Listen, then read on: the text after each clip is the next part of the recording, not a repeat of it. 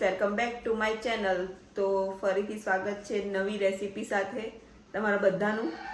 તો આજે આપણે બનાવીશું પાલકના પકોડા। એટલે કે જો શિયાળો આવી ગયો છે એટલે પાલક તો હવે આવવા જ લાગી છે, તો આપણે પાલક પત્તાથી જ બનાવીશું એ પાલક પત્તાના પકોડા।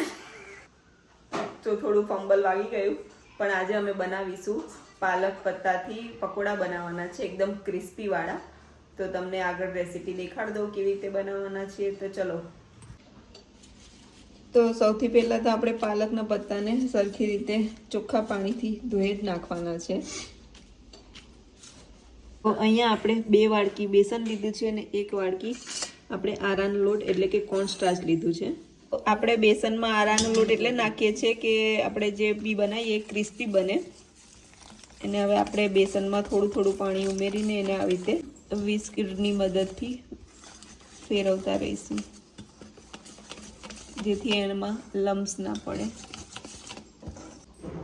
તો હવે આપણે આરાનો લોટ બી એવી રીતે થોડો થોડો નાખતા રહીશું એમાં, અને પાણી ધીરે ધીરે ઉમેરતા રહીશું। એક સામટું નહીં ઉમેરી દઈએ, કેમ કે આપણને કન્સિસ્ટન્સી ખબર નહીં પડે। નહીં તો આપણે આટલી કન્સિસ્ટન્સી આમ રની જેવી રહેવા દેવાની, બસ આટલી પતલી।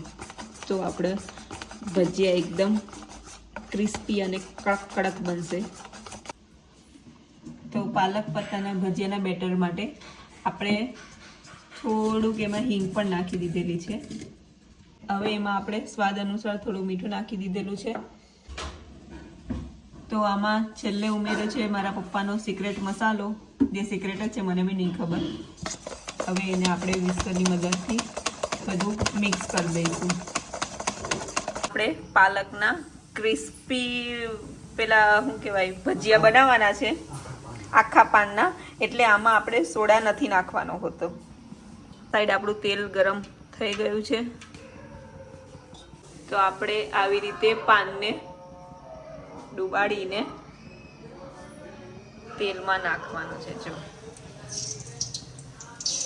આવી રીતે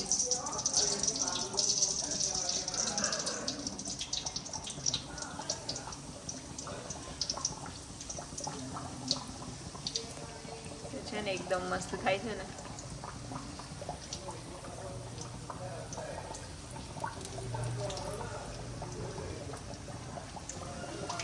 આપણે આ ભજીયાને ચાટ રીતે પણ ખાઈ શકીએ છીએ, એમાં લીલી ચટણી ને બધું નાખીને।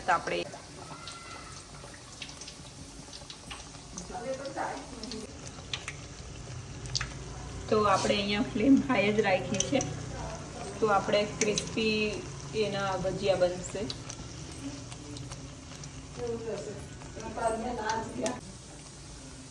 તો અહીંયા આપણે જો થઈ ગયા છે।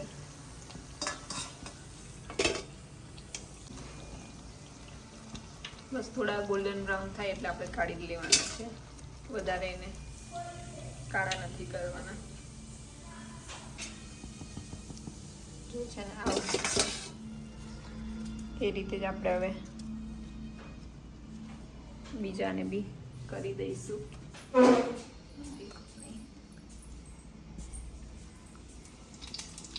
જો આવી રીતે પાનને ખાલી ડીપ કરવાનું છે અને આ રીતે ઉમેરી દેવાનું।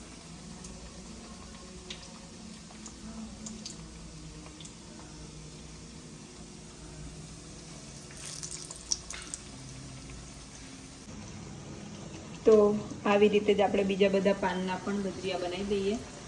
અહીંયા ચાલુ જ છે, બની જાય પછી ટેસ્ટિંગ માટે દેખાડું ડીશ તૈયાર કરીને। તો અહીંયા એકદમ આપણા ક્રિસ્પી કરારા, જો અવાજ આવ્યો, પાલકના પત્તાના ભજીયા અને તીખી ચટણી। ટેસ્ટ કરીએ આને।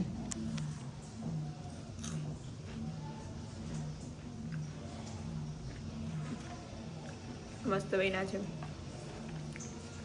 આને તમે ચાટ બી કરી શકો છો, એટલે કે આ ગ્રીન ચટણી, પછી ઇમલીની ચટણી ને એ બધું કરીને ચાટ જેવું પણ બનાવીને ખાઈ શકો છો, પાલક પત્તાની ચાટ. તો બીજા બધા ફિનિશ કરી દઉં મેં. તો તમને રેસીપી કેવી લાગી એ જરૂરથી જણાવજો અને ઘરે જરૂરથી ટ્રાય કરજો. હમણાં શિયાળામાં તો બધી ભાજી મસ્ત મળે જ છે. તો વિડીયો ગમ્યો હોય તો લાઇક, શેર અને સબસ્ક્રાઈબ જરૂરથી કરી દેજો. મળીશું નેક્સ્ટ વ્લોગમાં. Bye bye.